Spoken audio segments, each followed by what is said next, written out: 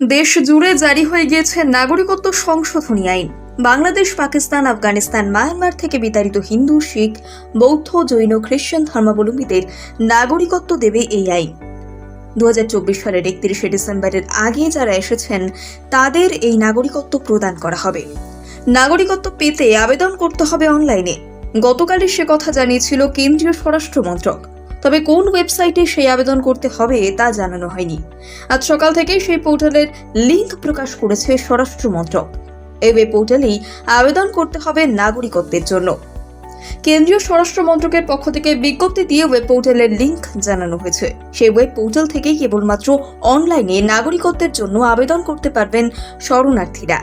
শরণার্থী 6 ধর্মের মানুষ নাগরিকত্বের জন্য আবেদন করতে পারবেন। সেই তালিকায় রয়েছে হিন্দু, বৌদ্ধ, শিখ, জৈন, পার্সি, খ্রিস্টান। বাংলাদেশ, পাকিস্তান, আফগানিস্তান, মায়ানমার থেকে আসা এই ধর্মের শরণার্থীরাই নাগরিকত্বের জন্য আবেদন করতে পারবেন। কেন্দ্রীয় স্বরাষ্ট্র মন্ত্রকের অনলাইন ওয়েব পোর্টালেই লিঙ্কে ক্লিক করতে হবে। নাগরিকত্ব আইনে আগে বলা হয়েছিল অন্য দেশ থেকে আসা শরণার্থীদের কমপক্ষে 12 বছর থাকতে হবে ভারতে, তবেই তারা নাগরিকত্ব পেতে পারেন। কিন্তু সংশোধনীতে সেই সময়সীমা কমিয়ে 5 বছর করা হয়েছে। অর্থাৎ 5 বছর যারা শরণার্থী হিসেবে ভারতে রয়েছেন তারাই নাগরিকত্বের জন্য আবেদন করতে পারবেন। জানা গেছে 1955 সালের নাগরিকত্বের আইন অনুযায়ী এখনো পর্যন্ত 1414 জনকে নাগরিকত্ব প্রদান করা হয়েছে। এরা সকলেই বাংলাদেশ, পাকিস্তান, আফগানিস্তান থেকে আসা অমুসলিম সম্প্রদায়ের মানুষ। 2019 সালে লোকসভা ভোটের আগে বিজেপির ইস্তাহারে প্রতিশ্রুতি দেওয়া হয়েছিল নাগরিকত্ব সংশোধনী আইনের। সেই প্রতিশ্রুতি পূরণ করে দেখিয়েছে মোদী সরকার। 2024 লোকসভা ভোটের ঠিক আগেই সেই সংশোধনী আইন দেশ জুড়ে কার্যকর করা হবে। দেশ জুড়ে জারি হয়ে গিয়েছে নাগরিকত্ব সংশোধনী আইন। বাংলাদেশ, পাকিস্তান, আফগানিস্তান, মায়ানমার থেকে বিতাড়িত হিন্দু, শিখ, বৌদ্ধ, জৈন, খ্রিস্টান ধর্মাবলম্বীদের নাগরিকত্ব দেবে এই আইন।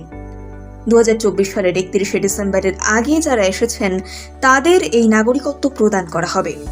নাগরিকত্ব পেতে আবেদন করতে হবে অনলাইনে। গতকালই সে কথা জানিয়েছিল কেন্দ্রীয় স্বরাষ্ট্র মন্ত্রক। তবে কোন ওয়েবসাইটে সেই আবেদন করতে হবে তা জানানো হয়নি।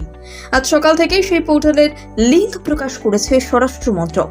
এই ওয়েব পোর্টালেই আবেদন করতে হবে নাগরিকত্বের জন্য।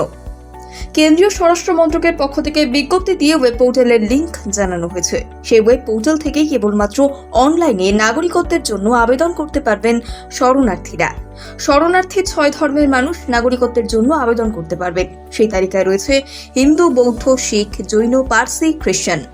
বাংলাদেশ, পাকিস্তান, আফগানিস্তান, মায়ানমার থেকে আসা এই ধর্মের শরণার্থীরাই নাগরিকত্বের জন্য আবেদন করতে পারবেন।